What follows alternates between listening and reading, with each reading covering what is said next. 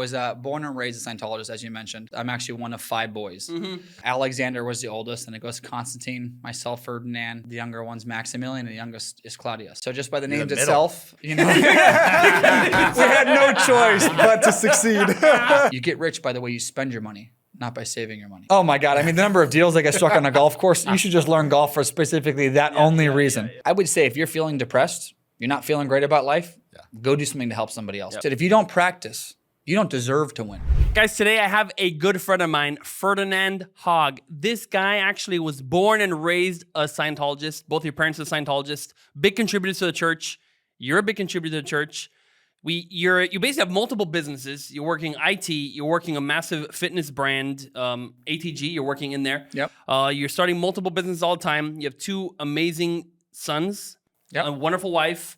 And dude, you are a golf champion. You have won multiple club championships. Yes, I have. Also, you were actually entry-level professional soccer player. Yep. There's a lot to do in such a short life, dude, but question number 1. I don't know. I mean, I guess people could say that. You know, I was born and raised a Scientologist, as you mentioned. Doing that, my parents had a lot of, we'll call it high aspirations for all of us. I'm actually one of 5 boys. So Alexander was the oldest, and it goes Constantine, myself, Ferdinand. The younger one's Maximilian, and the youngest is Claudius. So just by the names itself, you know, we had no choice but to succeed. Wow. Yeah, so I was really born in a very athletic family. The only one that wasn't an athlete was my youngest brother. So every night of ours would be, you know, get picked up from school. Myself and my other 3 brothers were club soccer, play for the local team, the Clearwater Chargers. And we would travel. We played, I want to say at least every weekend, 26 tournaments a year. Wow. So roughly every other weekend was a tournament. And tournament was typically 2 games Friday, 2 games Saturday, depending how you did 1 or 2 games on Sunday. So we were very much through and through a soccer family. And then we had my youngest brother who was more like kind of the artsy, you know, you kind of have that in a family. You always have the sports guys and you got the artsy people. Yeah. So yeah. You definitely look like a sporty. Can I just ask you, how old are you? 35. How is that possible that you're 35 and you've done all of this? I don't know. I'm like, I'm 32 and so there's 3 years between me and you. And I'm like, how do you get so much done? You know, okay, so we're going to bring that up because it's actually a good point. I talked to a lot of people about this. I'm very much a big believer in time blocking. Okay. So my day is very organized. Maybe that's the German in me. My mom was very structured growing up, very military-esque. It was like, okay, you wake up at this time, you didn't wake up, you got a bucket of water on your face. Okay, like very much like. Do you actually put a bucket of water on your face? It only happened once, but it happened. Oh, like if you don't wake up, then you get a bucket of water on your face. Okay. Like my mom was very much like, I'm the word, you go. So you only need to do that 1 time. Yeah, exactly. It's only 1 time. Like it doesn't got to be 4 or 5 times, right? 1 bucket to the face in the morning, and you will get up the next time when your mom says, "Get up." Okay. Oh, and so, yeah, and I think part of it was my mom. My mom and dad got divorced when I was about 8. Okay. So it was very much like it was her and 5 boys most of the time. Wow. So you can imagine, I mean, you know, we all have families. I don't know if you do or not, but I know Aaron does. Yeah. And so you have kids and, you know, it's like you get 1 kid going and the next kid's going somewhere else. And then you're like, okay, I got 2 out of 3. And then the wife's not ready to go. And by that time, you got to do something else. So it's like a circus getting out of the house in the morning. So my mom was very much like, we had our chores. And one thing I loved about my mom and the way she raised us was she never said the word no. It was always, here's your consequence. You make a decision. And so my mom said, if I could raise you guys in a manner to be self-determined, I've done my job. And that was the main thing she always pushed. And so what would that mean to you? Like, what is that exactly? What is self-determined? Being able to, in my mind, it's being able to do what you want, when you want, with understanding of what the consequences are. Because every action does have a consequence. That's a very sane thing to shoot for. It is, you know, and I can say it's probably easier said than done. I mean, as a parent, you know, I've not always been very successful with that. Sometimes I lose it, you know, I'm like, get in the damn car, let's go now, dragging 1 kid here, pull another kid, you know. But she did a great job. I mean, she was very German-like, which is very like militarian. And so she's German, and father German? What's the German? Both like German. We're talking like family tree line. Since like mid-1600s, all German. Oh, wow. My youngest brother was actually the first person that I'm aware of outside the family tree to be born out of Germany. Oh, wow. So like we're like through and through German blood. So you were born in Germany then? Stuttgart, yeah. Yeah. And so we lived there when I was younger. We moved here to Clearwater, spent a couple of years in California when I was about 10 to 13, then moved back here. And so anyways, getting back to my mom and just her lifestyle was very much like, do this, complete the cycle of action. Also, another huge part is do what you're doing while you're doing it and get it to done. I think, there's L. Ron Hubbard has a phenomenal policy that I love. It talks about how work gets done. Yep. Yeah, it's literally called doing work. Literally. And it's like, I'm not going to paraphrase it here, but essentially, you got to do the work when it comes to you. Yep. Because if you see something and you don't do the work now and you put it aside, you spent 3 to 5 minutes thinking about it. If it's something serious, you're thinking about it for hours while you're doing other things. You're not fully there. That's right. Yep. Right. Yeah. So it's like, real simply, something comes across your plate, you start it, you change it, you stop it. Done cycle, And so if most people, if you go through their life and they go, okay, how are you accomplishing something in a day? It's not really that difficult. You'll see, okay, they get something that comes across their plate and, ooh, the phone's tickling them. Instagram's here. This is there. Okay, wow, I'm just spent 30 minutes and then I have to go back to this task. And then your husband calls. And so it's like, if you just literally put your phone aside, get your task done, then great. Spend 5 more minutes on your phone. It doesn't matter. But just like be very cognizant of your start, your change, and your stopping through the day. Yeah, and that's covered in effective time management, which is a course you can do at any Church of Scientology. In the United States, it's $50. Okay, so that doing work, handling work, all that's in there. Okay, so just so you It'll guys pay for itself in the first couple Bro, minutes. I was just gonna say, the ROI on that course for me is like, Wow. Yeah. I haven't even done that course, so it's amazing. Yeah, and But, that's a compilation, right? So you've read probably 70% of what's in there. Oh, probably. Some of them are brand new. Like I have only seen it in there. Like there's a few things that are only in there that you won't find like anywhere. Wow. But a lot of like that one is in there. Well, there you go. Yeah. So she was very I think that's just by the way I was grown up. It was very much like complete your cycles, make your decisions, and whatever decision you made, that's what you stuck with. And so at a young age, I was taught to process, okay, what are my consequences? And I don't think a lot of people think about that. They go, okay, well, I want to do this now. Okay, great. So I put on a credit card and not worrying about the 22% interest I got to pay, right? And you do the cycle and whatever. or even the fact that you have to pay it at all. Maybe, exactly. For most people. Yeah, absolutely. I mean, we well know that the credit card majority nation. of people are severely in debt. I think I read an article somewhere on Yahoo maybe like a year ago that 80-something% of population could not go 2 months without a paycheck. Right. Yep. It's pretty bad. And I'm like, wow. Wild. But again, if you go look at their finances, a lot of them's like, who's the guy? Ramsey, I think he is. Is it a Money guy, right? Dave Ramsey, I love watching his interviews and he'll have short reels. The And the people guy's talking like, about some random yeah, things. you want to stay yeah. middle class? Real simple. Have an average job, have an $800 truck payment for you and your wife, and a nice mid-sized house, and you'll never make it. Yeah. And so people don't learn to live below their means. Yeah. So that answers your question effectively. I was taught at a young age to start, chart, change, stop something until I was done. Had a consequence for everything, and I was really taught to basically learn how to work. I think nowadays we don't push that enough, actually making kids work. Here's an exchangeable product, but you got to work for it.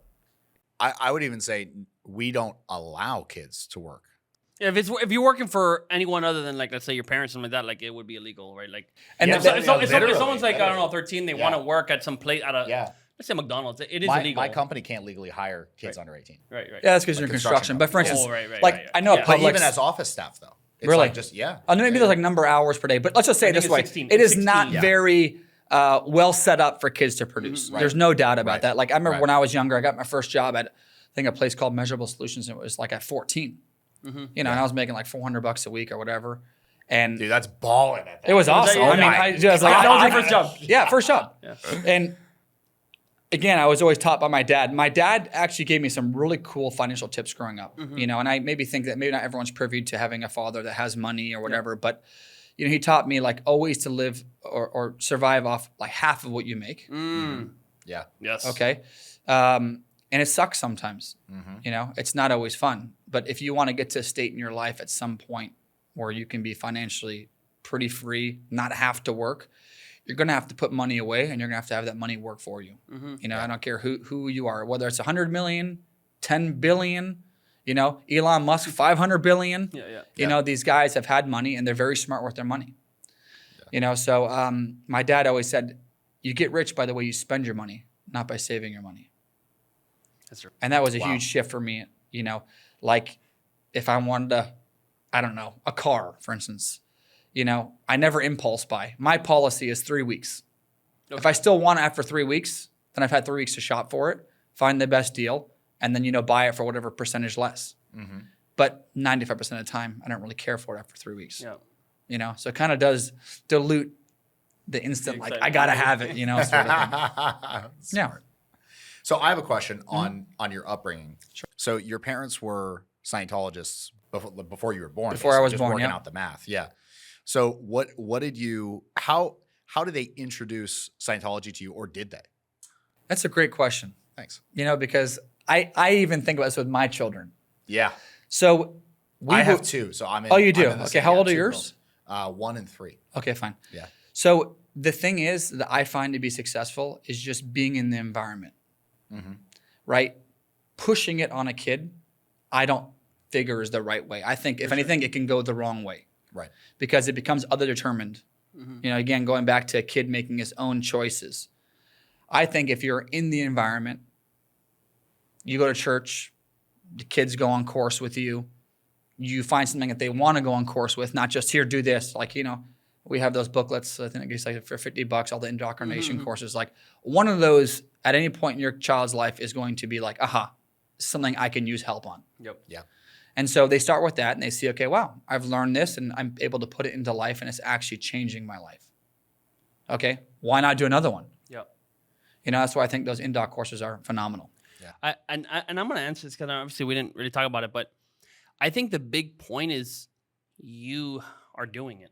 Yeah. Because there's people who like, they may call themselves a Scientologist and they might not really study or might not, you know, do whatever, like they may not be going to the church, they might not like whatever. And at that point, how do you even, I'm like, I'm going to course. And my daughter's like, oh, hey, take me with you. Like, I want to go. That's right.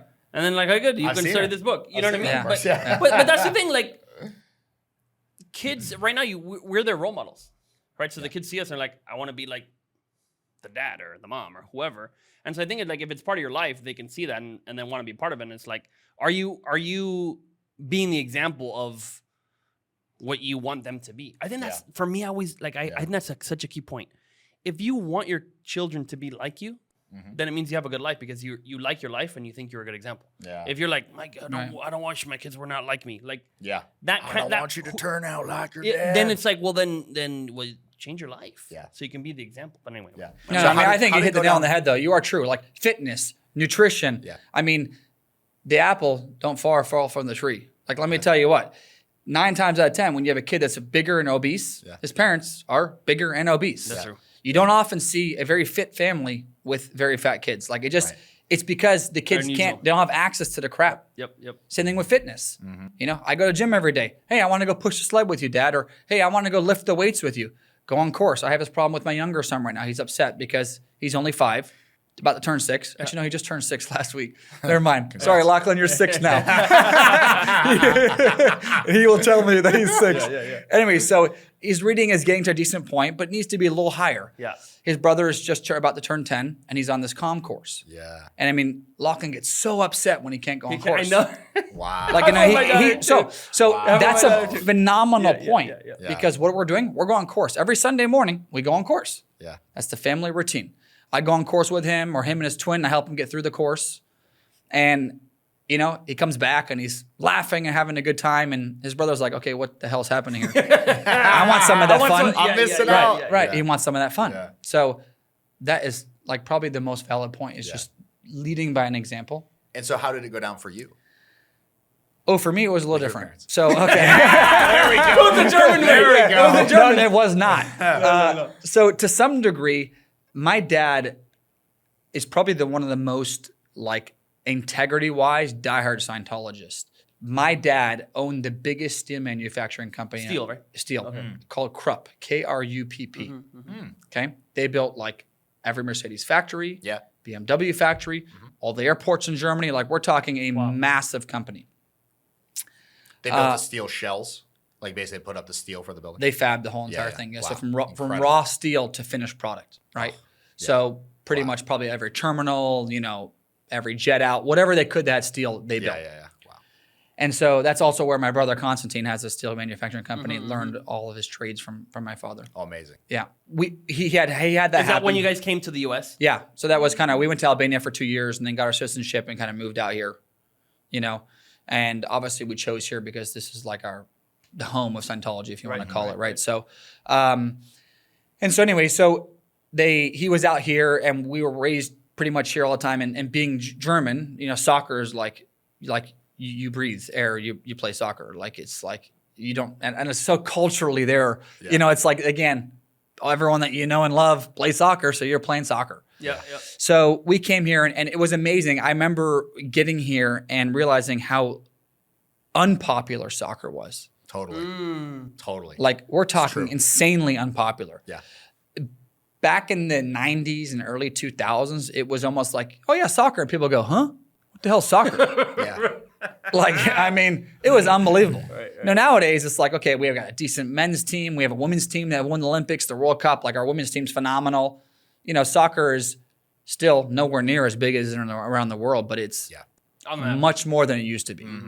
Okay, like professional salaries back in the day were like 30 or 40 grand. You know, now it's like a shitty salary is 200,000. Right. You know, so they're upping it up. You know, it's still not at NFL levels unless you're like Messi and Ronaldo into Abu Dhabi and stuff.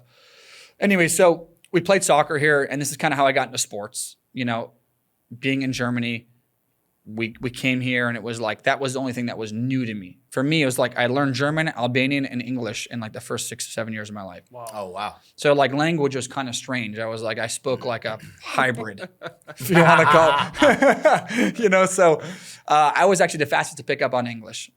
And it was probably Dude, because your English is spectacular. Like, I honestly thought you were. yeah, most people have no idea. Yeah. You know, because I've lived here since I was, 6, 7, somewhere in that range. And, that's 29 years now. Do you have an accent you can turn on and off? Not really. Okay. No. I mean, when I go back to Germany, some people say like, you sound German. And I'm like, wow, you're like the first person that's told me. You know? Right. Do you know Rory McLeod? No. Oh, oh my gosh. No. Well, You he's have on to the be. podcast. You can He's listen on to it. another episode. Okay. He's Scottish, but he can turn the accent off and Wow. do it and speak like an American. Oh, wow. And then turn it right back on. No way. It's wild. That'd be kind of interesting. Yeah, the episode's great. Exactly. So we moved here, and soccer was very prolific for us in our family. It was like, that's all we knew how to do. So it was soccer. And then with soccer also comes nutrition. Yeah. When you get to the higher levels of anything, they start dissecting more than just your talent set. It's like, okay, are you right-footed and left-footed? Okay. How do you eat? All right. What's your fitness like? You know, so for us, it was at the time, you know, and now I have much more knowledge of fitness than I've ever had of like what's good for the body, what's bad for the body. You know, I tell people at this age, I would find there's probably not many people that have pushed their bodies harder than I've pushed my body. Yeah. You know, between lifting, playing golf, still playing soccer in a men's league every single week, it takes a toll on your body. So you have to be very mindful of, what you're eating. And not because I don't love ice cream. I mean, I love ice cream. Yeah, you know, it's like I see ice course. cream and I'm like, I want to have it. Yeah.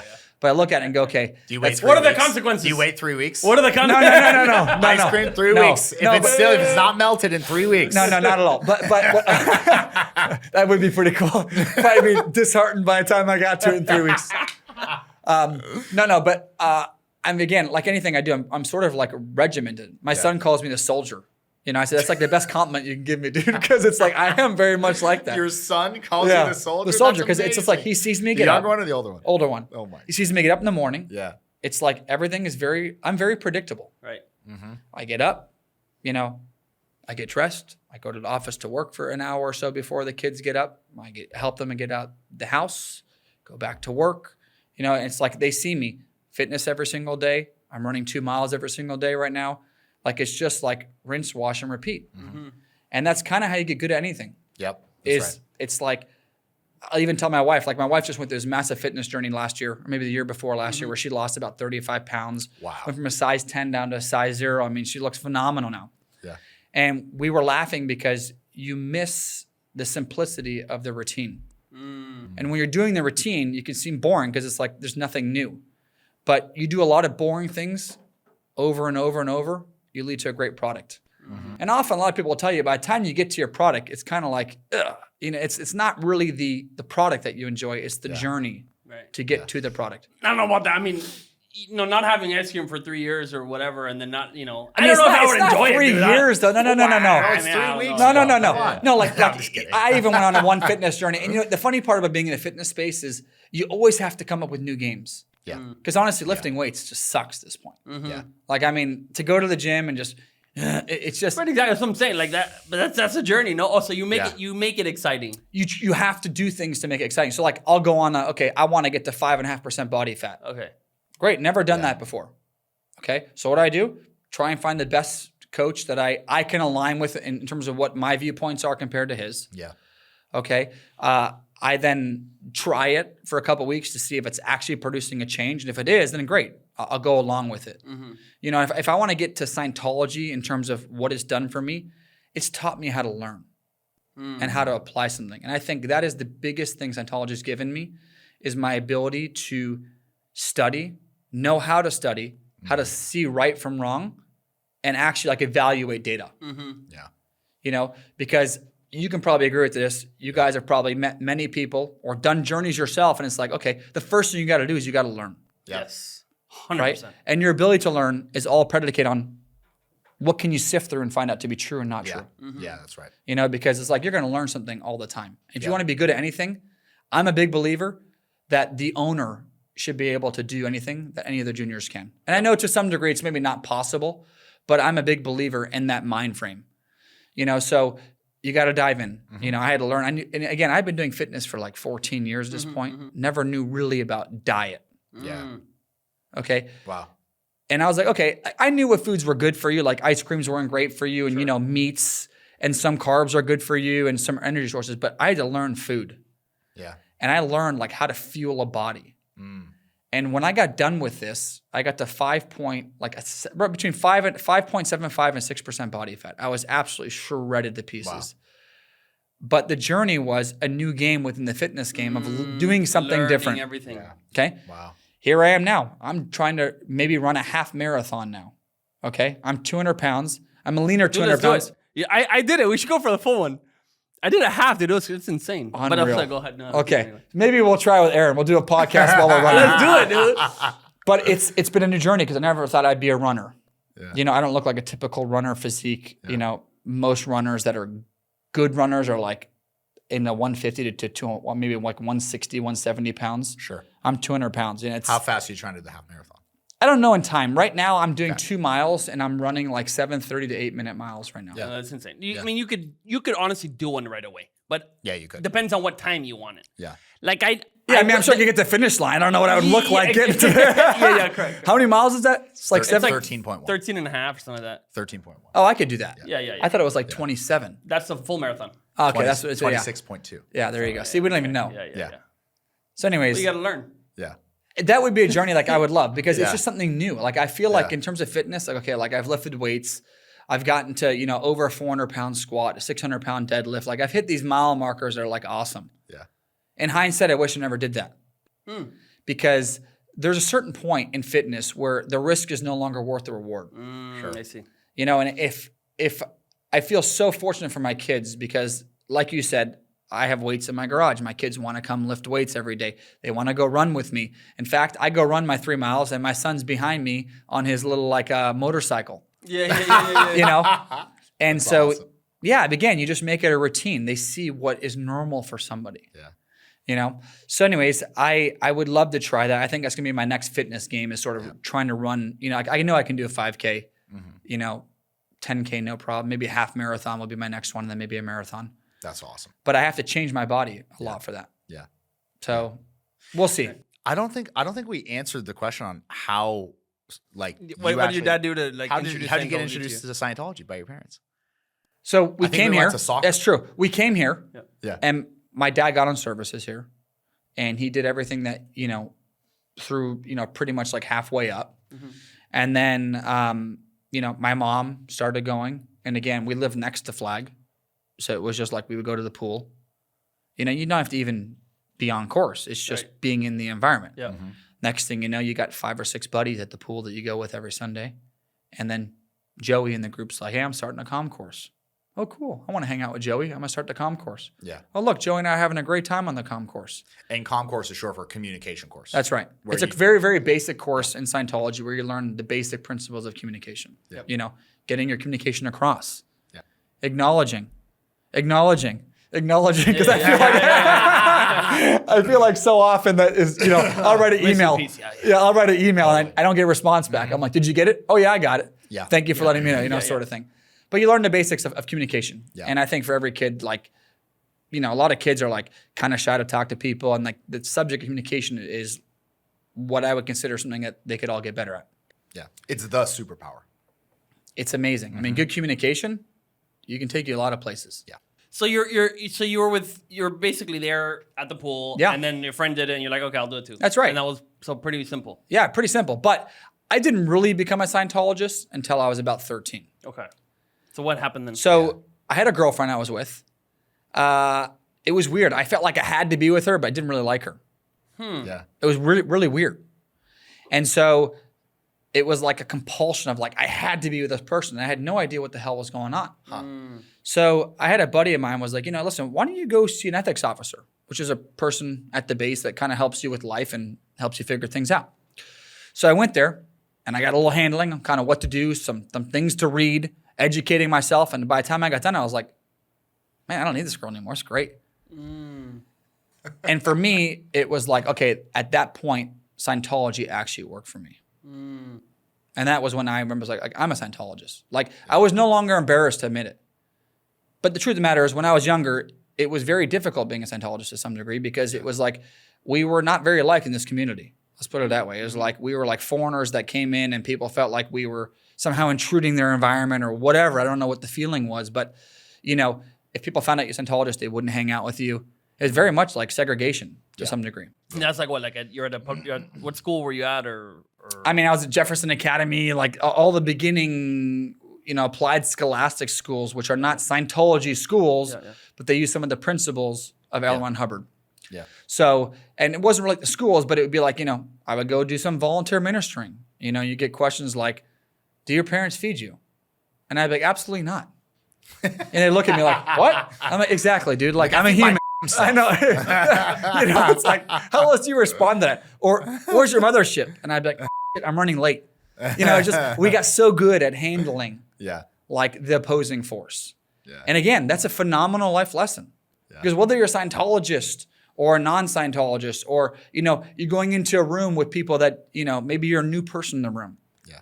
And there'll be one or two people in that room that are, you know, their intention is to kind of like make you feel uneasy. Yeah, mess with you. Yeah, mess with you. Whether it's, you know, in sports it happens too. Like no matter what environment you're in, there will be one or two people in a group that will go, you know, I feel like being a little bit of an and this guy's new and, you know, what do you know about blank blank? You know, they'll just give you a question that you kind of like, you're like, oh man, I don't know how to answer this. But if you can just be certain of yourself with a lot of Scientology tools that you can get, you can hold your space. Yeah.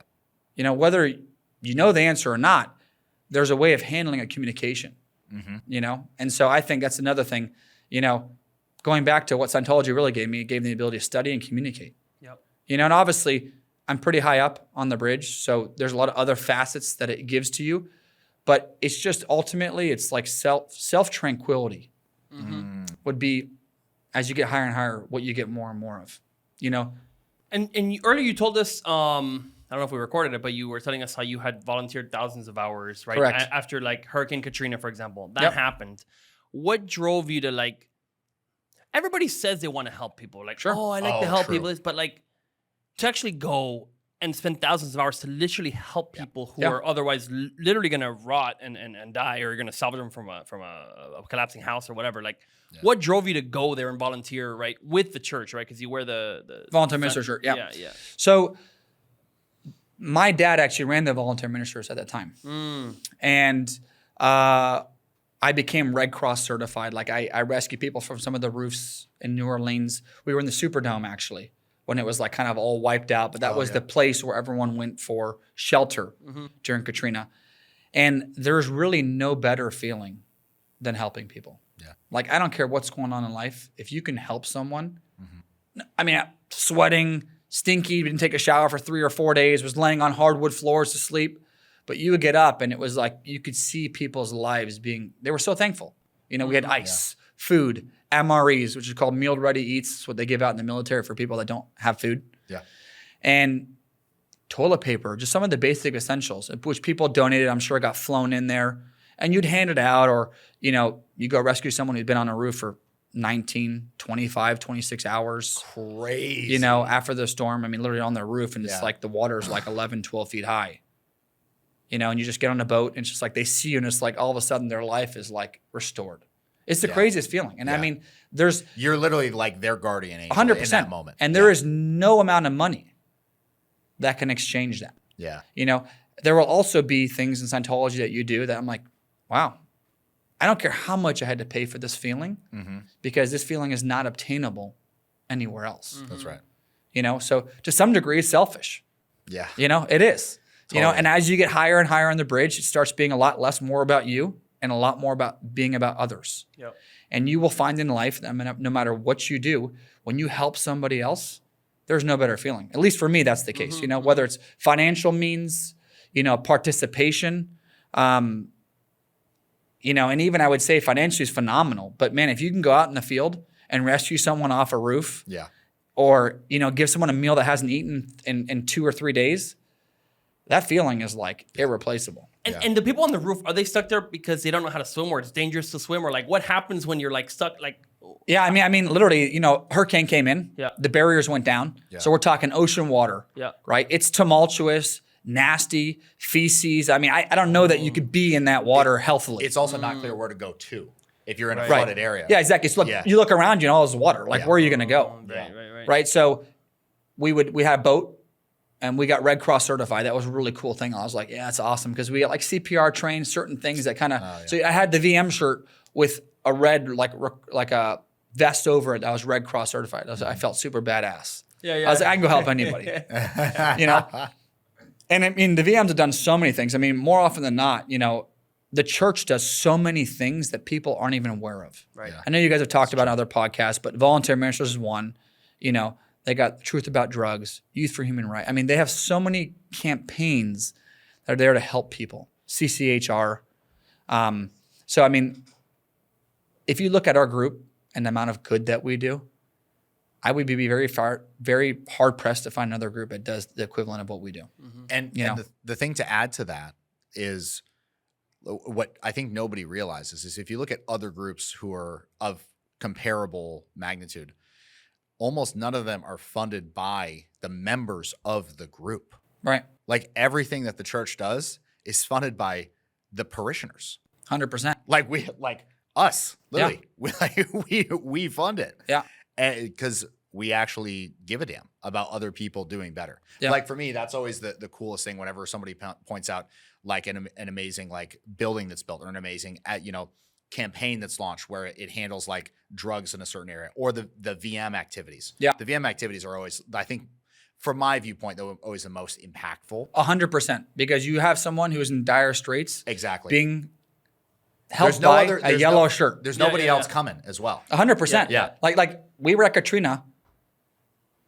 Storm was going by, National Guard, no one could go in, but we were allowed to go in. Like with 4 hours, 5 hours maybe after the storm hit, we were there. Like boots on the ground, ready to rock and roll. Yeah.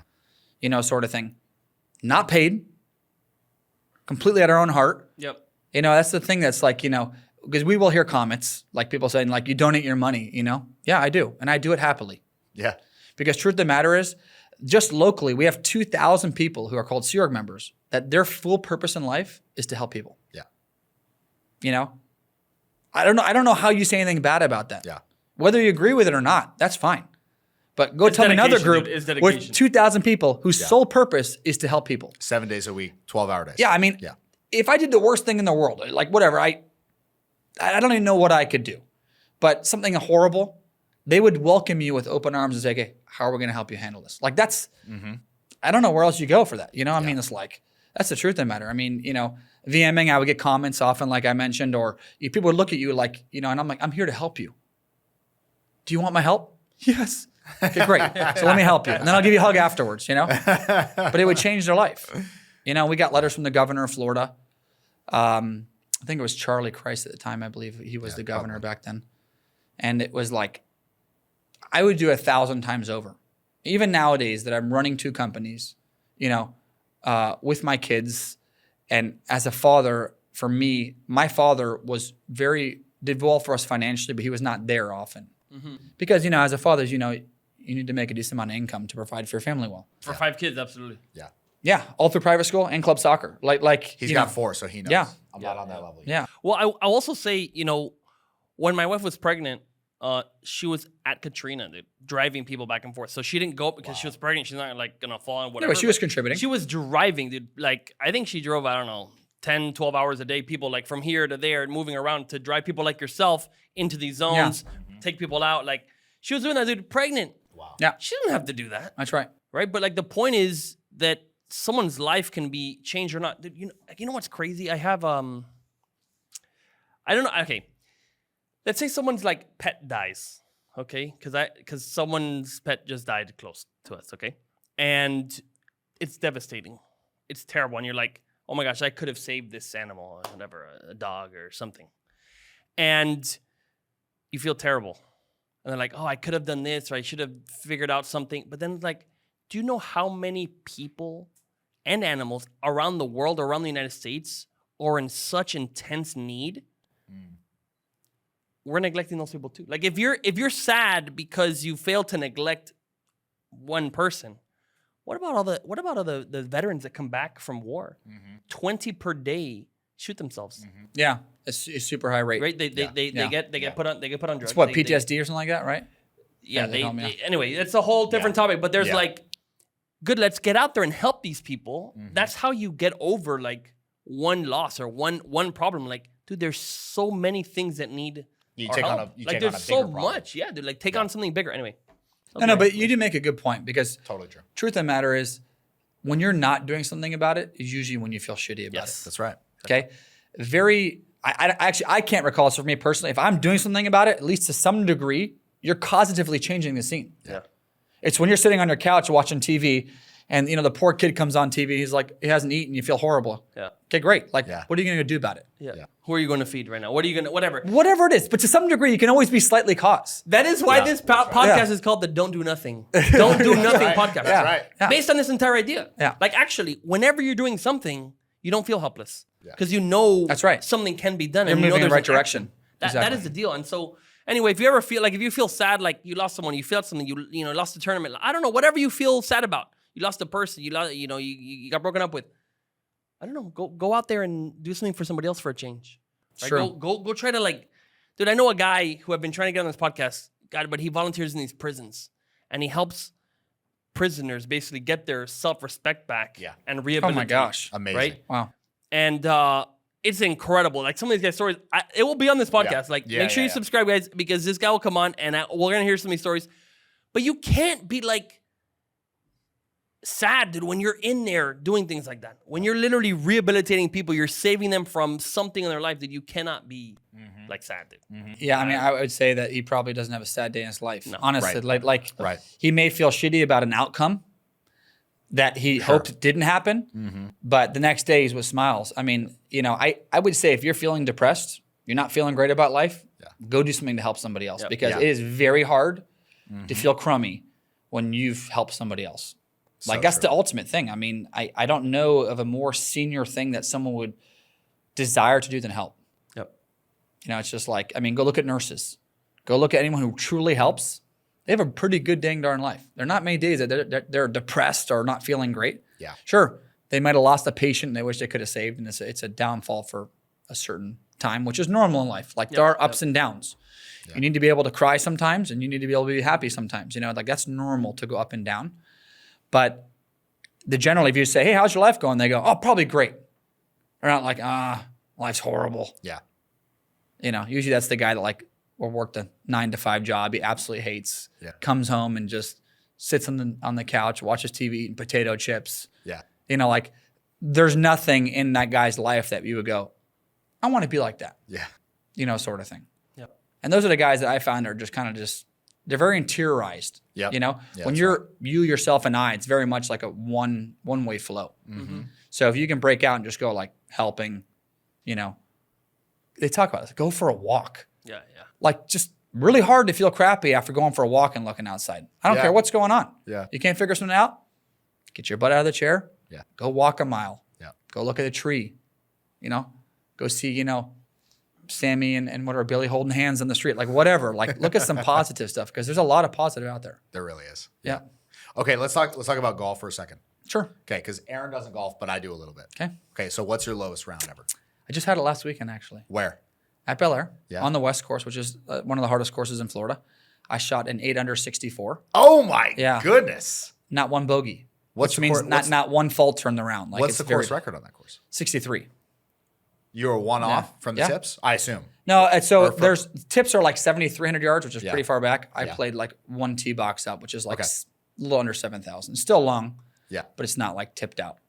The guy that shot the record is like he's like basically professional, and he shot 63. Unreal. So yeah, it was unbelievable. That's so hard to do. Yeah. That's Yeah, like, I have that's like- no understanding, but yeah. the other guy's good because he won a championship. Like at the end of the day, sure. I mean, You know, and in the grand scheme of things, like it's a championship at a local country club, Yeah. right? Yeah. It's sure. still cool. Yeah. You know, was it a dream of mine? Yeah, it was a dream of mine. You know, but it's not like I play with some guys that are phenomenal. Yeah. There's a guy in our community named Omar Morales. Okay, he's on the Corn Ferry Tour, which is a tour just below the PGA Tour. Oh, I've heard of this guy. Yeah. Is he in Mexican, right? college? Mexican. Is he in Yeah. college? yeah, I know him. Yeah, he's in college. Oh, he finished college. He just okay. from yeah. UCLA. So he'll beat Yep. you hardcore. It's like the best. I had a really good day and he had a really shitty day, and I only lost by one stroke. But you see the difference. Like he was like he couldn't find the side of a barn if he tried. In his eyes, his Yeah, yeah, expectation, yeah. right? So like there's that much of a discrepancy. Wow. Like I'm a good amateur. Yeah. You know, then there's professional, and then there's the phenomenal professional. So, you know, and it's like anything else though. It's like you got to practice, Yeah. and you have to practice with intention. When did you pick up golf? I assume I- in America. In America, Yeah. my father-in-law, it's a great story. I played soccer, right? And kind of was dwindling down my soccer life a little bit. So why don't you come play golf? And I go, who the hell plays golf? Like this sport is so freaking boring. Like you're hitting the ball, probably what Aaron's Little going did you through know right now. every American businessman on earth. Oh my God. I mean, the number of deals that get struck on a golf course, you should just learn golf for specifically that only reason. Anyways, he said, come play with me. He's my father-in-law. I'd been with his daughter for a year and a half at the time. Cool, we'll get some bonding time. And I've always been an athlete. Like, an athlete will go You're out used to and winning. Like not even say winning, but you can be above average pretty quickly. Yeah. Like baseball, never played baseball, but I went out and it's like second time I play, I'm hitting balls. I'm respectable really fast. Yeah. Oh my gosh. So in any course, it's ranked par. Par is how many strokes you should take around the golf course. This is all par 3 course. Okay? I shot a 180 something. Like I wasn't even close. That's really bad. Like I tripled. 180, yeah. Like I That's like what I would tripled. play. I tripled par. And I was like, oh man, I love this game. Because because it was the drive to try and get good at something. Yeah. And let me tell you what, it is the only game that I've ever played, any sport I've ever played, that you can have it one day and absolutely not have it the next day. Yeah. I mean, we're like, it's unbelievable. It is. It's unreal. It is the hardest sport because you have 14 clubs. The wind changes every day. The grass type changes every day. The where the pin's located, the way everything changes every day. There's not a constant. Basketball court, soccer court. I always laugh at the indoor sports. Basketball. It's like LeBron James had a cramp because it was too hot. And I'm like, dude, go outside and play summer soccer, 90-minute soccer at 105 degrees with 45-minute halves. Yeah. Like, okay, that's a little bit more of like a, pressure on the body, if you want to call it. Yeah. But nonetheless, it's just going back to practicing. So yeah, I got in golf when I was 17 and it was a game I couldn't conquer. So that was the drive for me. Like I love stuff that I can't conquer. Wait, when you were 17 years old? That's when I got into golf. So you and Lindsay have been together since you were 16? Yeah. Wow. Yeah, we married 15 years together in 19. Wait, what? Say that again. So they've been Together together 20 19. years almost. You've been together Together 19 years. 19 years? Yep, married for That's 15. amazing. Yeah. Okay, so What's the secret? I'm just curious. No, I mean, I would say, for me, marriage is about two things, communication and compromise. Yeah. If you're good at two of those, you'll have a good marriage. Yeah. If you're not, you won't. Yeah. Like, I think to some degree, it's like you have to grant her the beingness that she wants to do what she wants to do, and you have to do what you want to do as well. but you have to mingle those together. And that's where the compromise comes in. You know, I know a lot of people that don't compromise and their marriages don't last. Yeah. You know, you have to realize that you are two individuals embarking on a life, and you will not have the same perspectives or viewpoints on things. Like, one person told me they had been together for 9 years and they never fought. I've heard that, dude, and I'm like, that's the biggest BS. Me too. Yeah. And I'm like, either you guys don't talk, or one is just total subservience. Exactly. Right? Like yes, master, yes, master, you know, sort of thing. Mm-hmm. Yeah. But you're going to have arguments. Yeah. And this is where communication comes into play. That's right. Okay. And then usually you'll communicate and there will be a compromise. Yeah. Just how it is. Dude, my wife and I literally did the communication course together. Yeah. Last month. Wow. It was amazing. Yeah, we did. Amazing. Linz and I did the before it was SRD, TRs and objectives together. Yeah, yeah. And I thought we were either going to make it or we're going to die. And it was the most amazing thing we did. Honestly, I was so surprised. It was amazing. Yeah. It was amazing.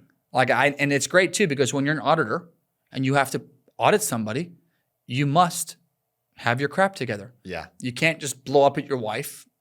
You know, it's very much just wearing the duty. Let's talk for somebody who doesn't know what we're talking about. Let's kind of define this a little bit. So what was it? That was an objectives? So TRs and objectives. Yeah. So on the bridge that we have, the bridge to total freedom, still call it the start to bottom to top.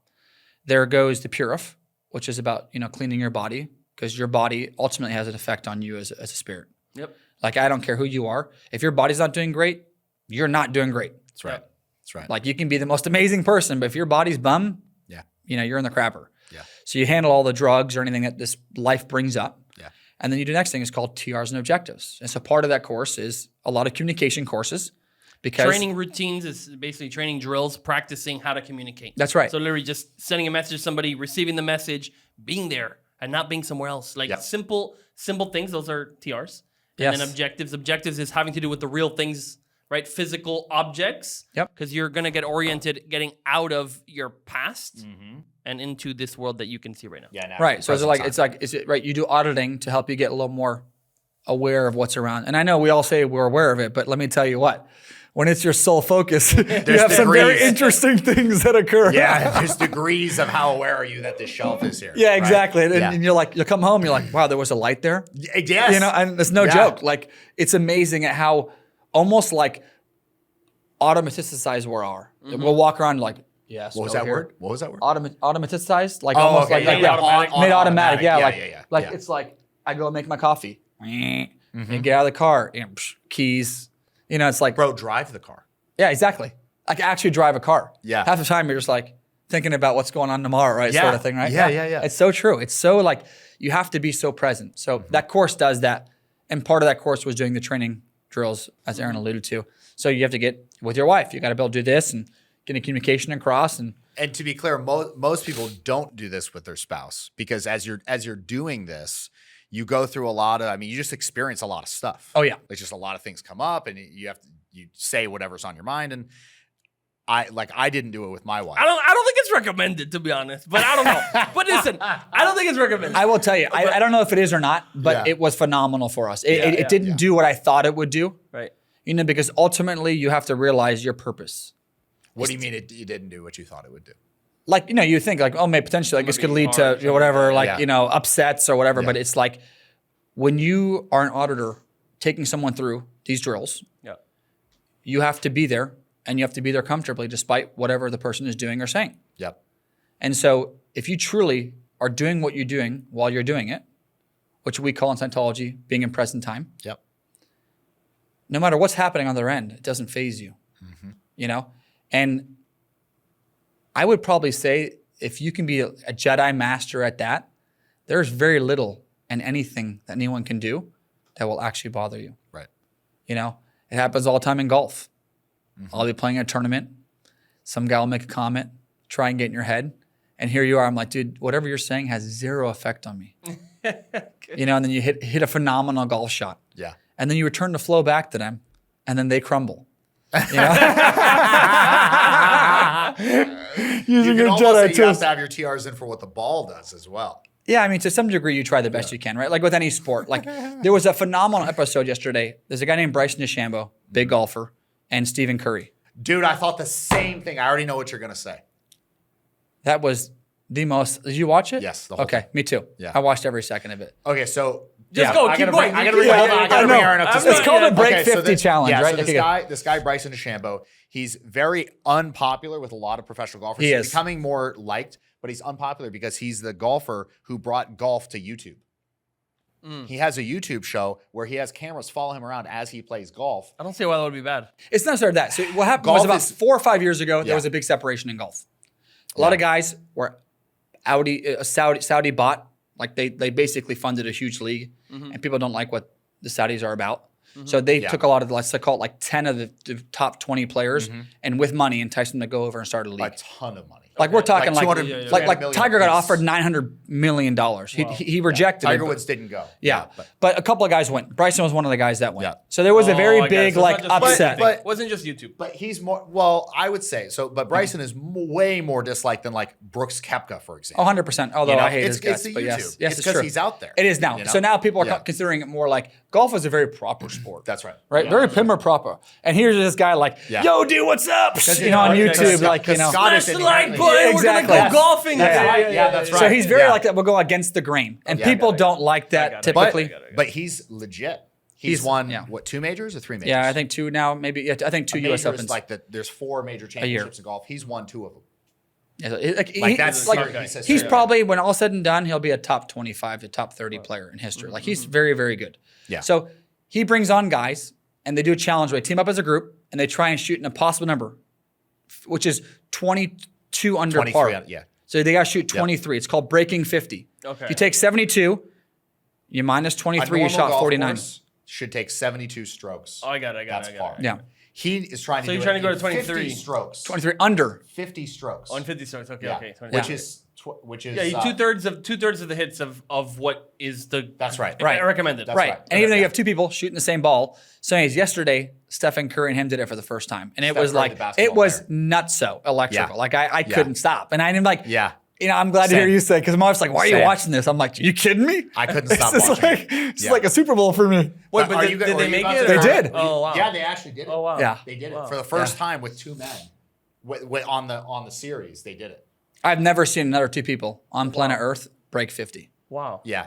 And so were you going to comment on Steph's TRs? Yeah, I was just going to say, like, if you watch Stephen Curry, Yeah. he made a really cool line in there that it really resonated with me. He goes, I'm anxious, but I'm prepared.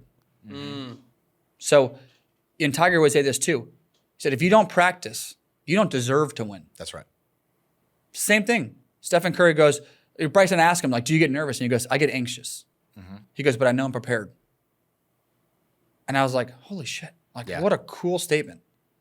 Because when you're under pressure, are you nervous? Absolutely. It is a normal human emotion to be nervous. Right. Your heart races. It's all part of the adrenaline in the body. Like, Yeah. shit's under the gun. You got to, crap or get off the pot at this point. Yep.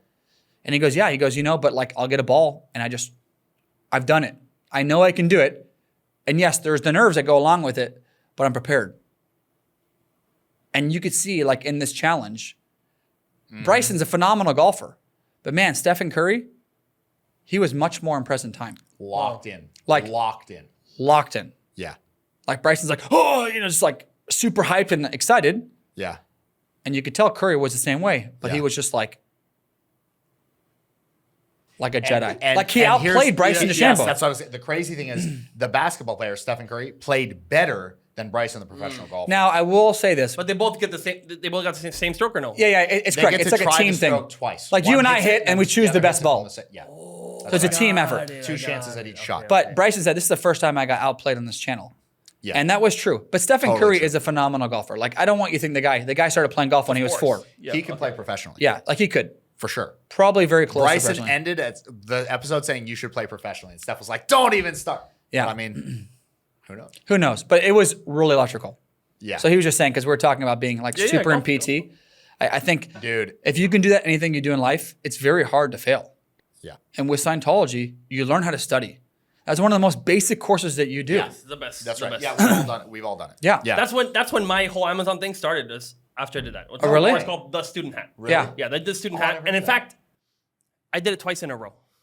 That's the story for another day. But I literally finished What? it, and then I did it again. Oh, Yeah. you told me this. Yeah, I did you it told me because this. because Yeah. I did it, and then when I had done it, they kind of re-released it with the whole special dictionary for the Oh, course good called for the you. Student Hat Dictionary. Yeah, probably way better. Dude, I finished. The next day, the new Student Hat came out, and I did it again right after. Okay, what was insane is that a lot of these are like titled the same, like it's the same lecture. Yeah. Like you listen to the same words by L. Ron Hubbard. But by the time I got to the second one at the end, I'm like, I don't think I studied this. Yeah. Unreal. And I had just finished. Like literally, I did nothing in between. I was like going on course like every day, and I went from one time to the next one.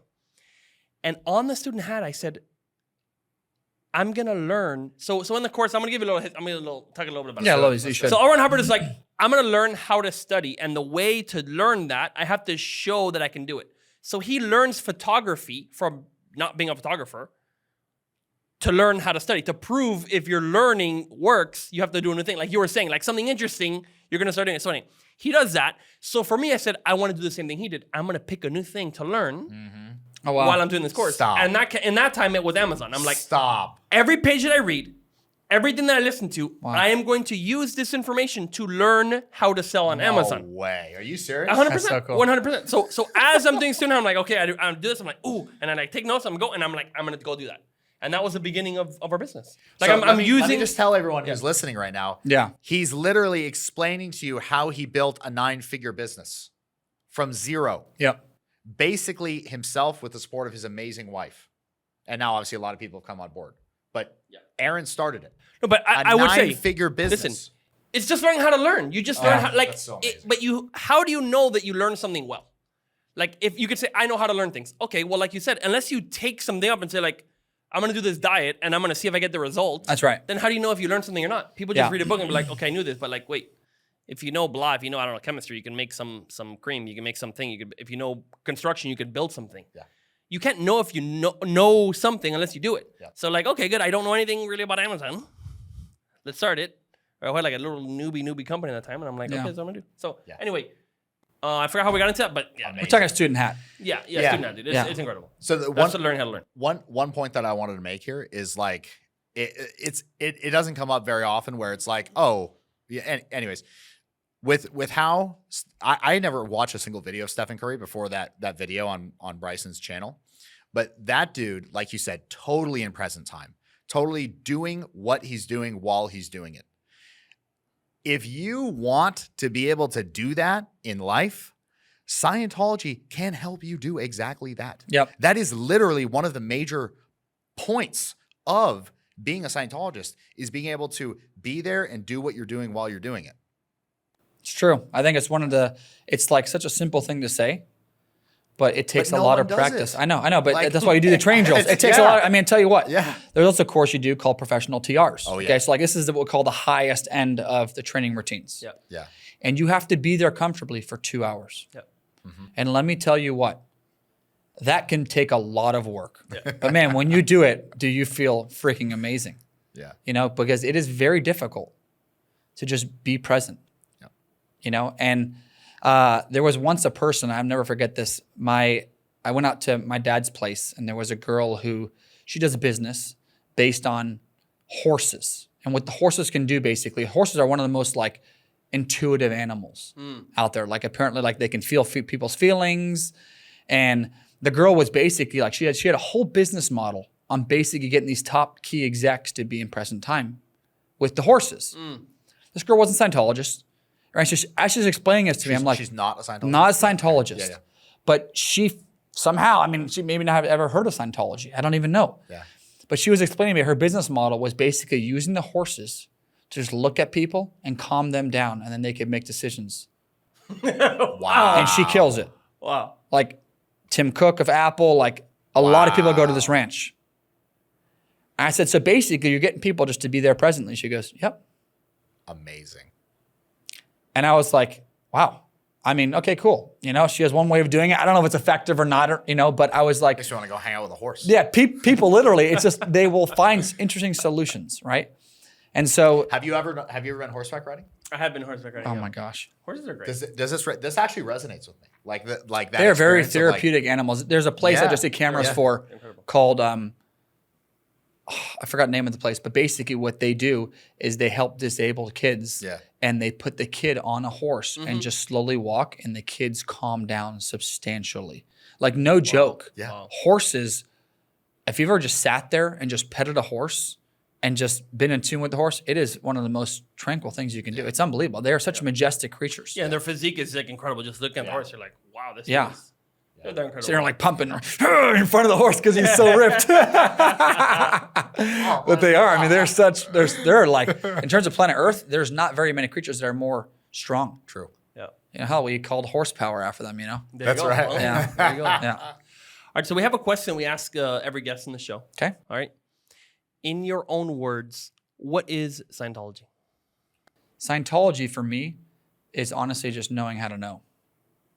You know, it is for me, what it's done for me personally is it's gotten me to be a lot more comfortable with myself, a lot more in communication, and understanding what do you do when uncomfortable circumstances arise. I think in everyone's life, you know, truth of the matter is, if in life you have no problems, it's a very boring life. That's right. Problems are a normal thing in life. Yeah. And so you go, okay, how do I handle a problem? Do I handle a problem all upset and pissed? Sure, you could, but more often than not, the consequence of that is not going to be something good. Right. So, you know, with using some of the tools that you use in Scientology, okay, you can go take a walk, go do certain things to kind of calm yourself down, and then make a much more, I guess you say, causative, much more pro-survival decision. And so Scientology really gives you a ton of tools. You know, people will say, can you be a Scientologist and a Jewish? Absolutely. Yeah. I know several. Yeah, me too. We believe in a God, there are higher powers out there. Do all of us start to believe that there's a specific God? Maybe, maybe not. The key thing is Scientology gives you tools. And what is a religion? It's something that helps you spiritually. Okay? So we maybe not help you spiritually in the fact of you're praying to a God, but we're giving you tools and things that you can and cannot do to help better yourself as a human. So there's kind of two facets to it, right? One is you're getting tools to learn how to handle the future while getting rid of the crap of the past. Yep. And so if you look at it logically, like anything, it'd be like going into a company that's operating like crap. Okay, what am I going to do? I'm going to get rid of all the bad employees. Yeah. Okay? I'm going to get rid of anyone that doesn't want to be here. Good, let's kick them out. Yep. Good, and now I'm going to give you guys a bunch of tools on how to succeed. What's going to happen in that business? Boom. It's going to grow. Yeah. So like, same thing spiritually. We're going to get rid of your crap, and we're going to give you tools on how to survive better. Yeah. It would be very difficult to not do better in life. You know, and there's a lot of people that we know in our community, and being here, I mean, we see the top of the top here, and you'd be surprised how many people you know that are Scientologists. Yeah. You know, and they're doing well in life. Yeah. In fact, I don't know of anyone that's been really high up on the bridge doing bad. Because it's very hard to operate horribly when you've gotten rid of the crap of the past and have tools to handle your future. Yeah. So, in a nutshell, hopefully that answers your question. You Great. know, that to me is what Scientology is. You know, it's like proper tools to help you do better in life. Yeah. Nice. Yes. That's a pretty good one. Yeah. Good answer, right? Yeah. Absolutely. Yeah. I think it was beautiful. Yeah. Dude, another thing, like, what do you think your parents did well? Like, because look, you have 4 brothers and yourself, so that's 5. And I know a lot of you guys are just doing very well. I think most of you guys are like in the top 1% of income. You're all fit. I don't know if you're all fit. I don't know all of them, but I think I met 3 of you guys.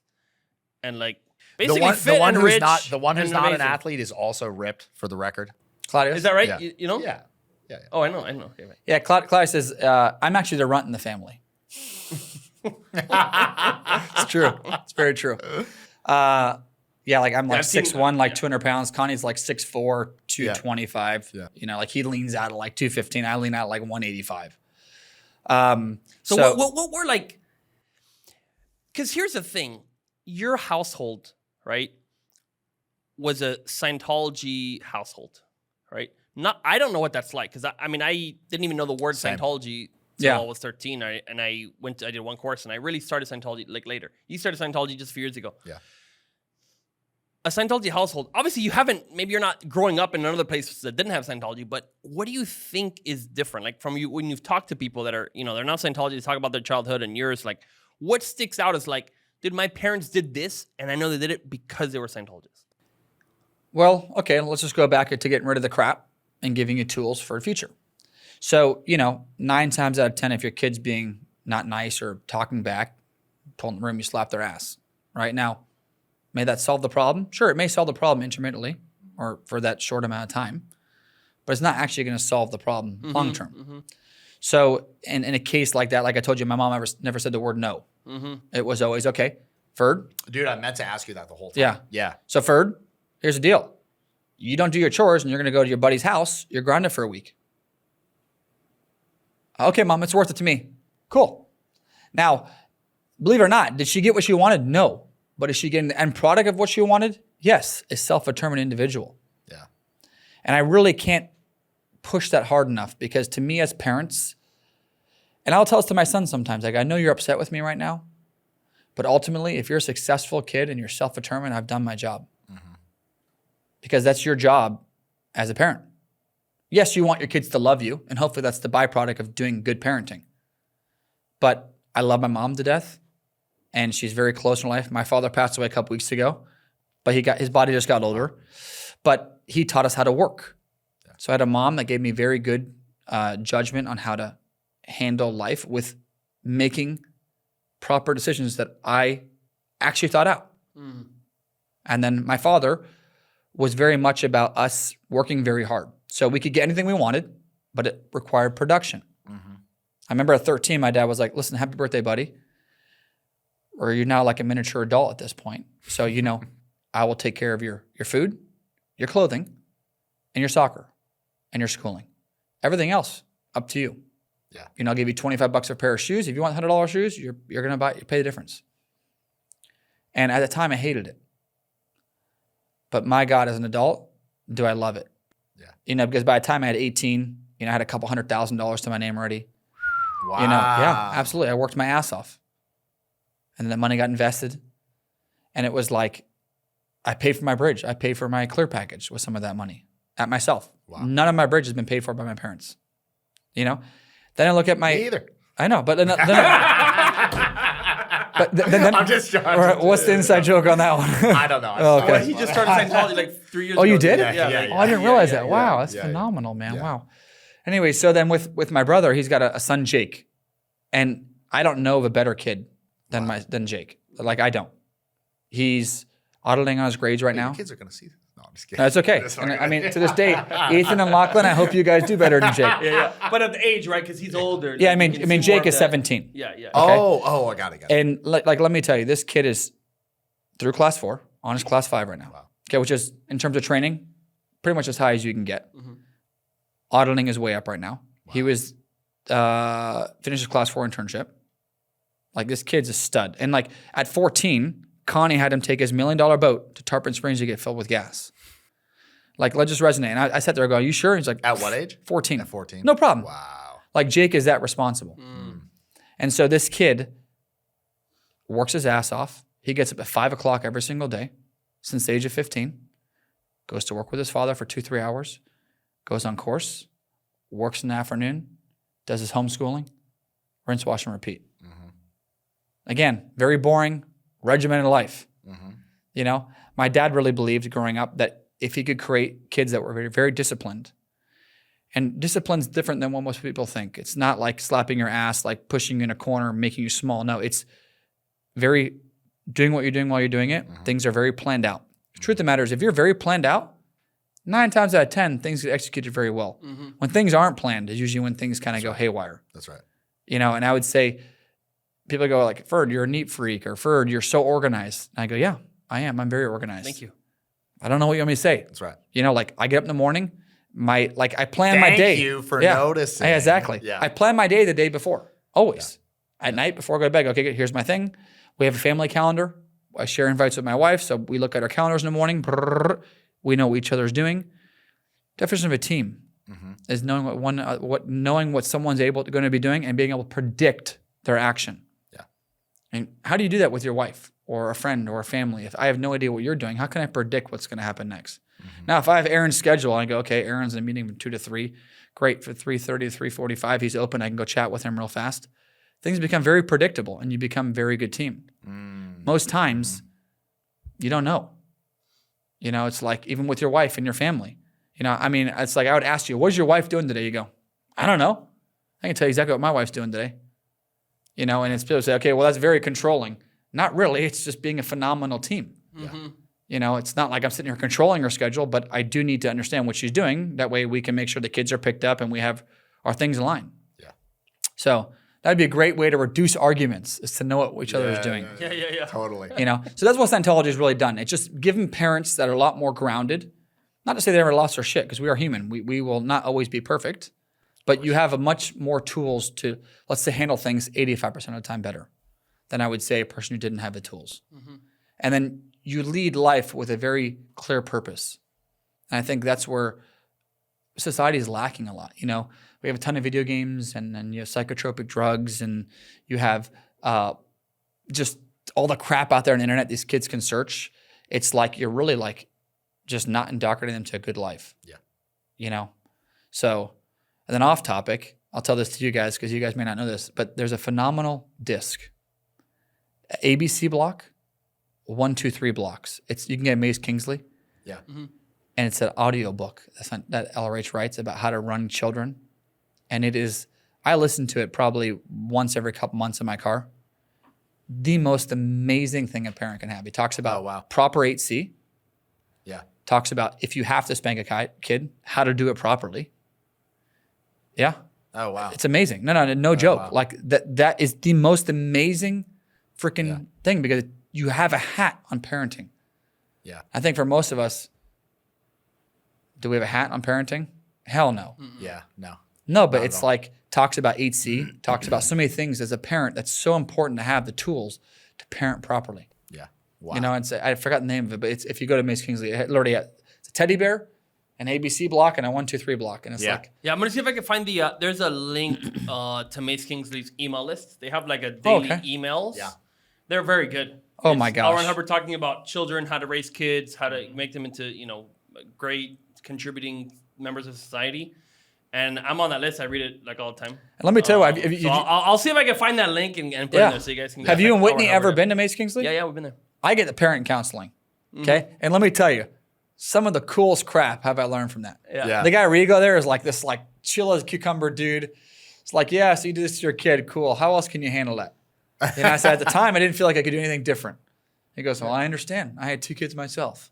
He's like this old Jedi master. Yeah. But he uses the tools that LRH gives you, and they give you, as a part of your kids getting some basic auditing, they give you like 2 hours or 4 hours, depending on how much you buy, of free parent counseling. Yeah. And it is like, as your kids get older, let me tell you what, it's just life changing. That's incredible. Great. Yeah. So hopefully I answer your question on that. Yeah, absolutely. Yeah. Good. That's fantastic. Any final questions? No, okay. I don't think so. No. Okay, parting words. Dude. I love that we didn't talk about golf too much. No, it was because I could have been here for an hour doing just that. Aaron would have been falling asleep. Doesn't matter. So what do you think? Like just parting words. Like you've grown up a Scientologist, literally born in Germany, where there's literally in the world probably the heart of intolerance, right? Yeah, that's right. Where maybe in China definition. Or maybe Middle East. Yeah. Yeah, but I mean, I think obviously because of the whole Hitler thing, right? Like that generally is it's very frowned upon for intolerance. Yeah. What is like a misconception that you think is so easy to disprove that people might have? They're like, oh, Scientology thing. Like, what's something that you could just see? Because what we're learning is how can you see for yourself, right? Yeah. So what's something you'd be like, guys? This is so ridiculous. Look at this. It's so easy to disprove that you can tell people. I don't know. Man, oh man. I would say one of the tools that I use a lot when disseminating Scientology that I find resonates with people is the ARC triangle. Mm-hmm. I don't know why. Every time I've done that, it's almost hooked someone instantly. Mm. Yeah. Maybe it's not something I'm debunking. So give me the lesson. What's the lesson? So I tell people okay, we have something called an ARC triangle in Scientology. You have the affinity, the reality, and communication. And I go, okay, any time in life one of those 3 points are out. What happens to the other 2? And they go, well, they get less. Go, great. So which one of the 3 could you increase? Because guess what happens when you increase one of them? Oh yeah, well, okay. If I just go up to her and give her a hug, good, she's more willing to communicate with you now. The affinity's closer. So it's just the principle of just that triangle and understanding that as it decreases, it doesn't take all 3 at one time. It takes one of the 3 to increase one of those points. And then the other 2 come up naturally. So it's just a law of that happening constantly. Yeah. You know, whether you're learning about a camera and the camera shutter doesn't work. Okay, what happened? You just went out reality. So what happens? You want to throw the camera against the wall. There's no communication, no affinity. Boom. Okay, good. So now you're going to go and you're going to go touch the camera. You're going to clean the lens. Okay, now you're going to not feel so bad about it. And you're going to have a little closer affinity. Now you're going to want to play with it some more. And it's just that principle of just that's happening in life constantly to some degree. There's affinities that are getting bigger or it's getting smaller. In the business world, I use the KRC triangle. Knowledge, responsibility, and control. Yeah. You know, very same philosophy. If you have a lot of knowledge and a lot of responsibility, pretty hard to have not a lot of control. And if you have no control, well, you don't have a lot of knowledge, you don't have a lot of responsibility. That's right. It's really just that. You know, and like going back to your student hat thing, what were you doing? Okay, you were getting a lot of knowledge about something on how to study. Good. So you get some understanding, get there, you take a course, giving you more and more control. You know, and there's barriers to everything. Like I don't want people to have the idea, and I tell people all the time, life is tough. Yeah. It is. There's no way to sugarcoat it. This planet will stop you and stop you and stop you and try to stop you again. You know? And it's like, even the good people have a tough time surviving. Yeah. You know? So like, you make a mistake, don't kill yourself about it. It's never going to do anything. Right. Okay? Figure out why you made the mistake. Go figure out how to maybe handle it. And then if it happens again, figure out how you won't do that again. Yeah. Like no one's perfect here on planet Earth. You know, and I feel like with social media, and I used to hate social media. I mean, literally, in my world, if we could get rid of social media and get rid of phones, I find us having a hard time doing worse. Yeah. That's still to my viewpoint to this day, because there are a lot of positive things. Like this video will be out on YouTube. Yeah. Great. And a lot of people can see it because it's there, which they couldn't. Yeah. But we'll say 99% of it or 95% of it is not great. You know, so anyways, just going back to those 2 philosophies, ARC triangle and KRC for business, those are like, I used to do a lot of what I call like raw introduction to Scientology. And those were the 2 fastest way to get people to go like, there's truth to this. Wow. Yep. Amazing. And guys, so you know that is the Scientology symbol. The top one is the KRC triangle, the bottom one is the ARC triangle. So Right. actually, you're now literally learning what Scientology is. Exactly. Guys, Ferdi, Haag, badass right here. Thank you you guys. for coming, bro. Absolutely. It's my pleasure. Thanks for having me. Yeah.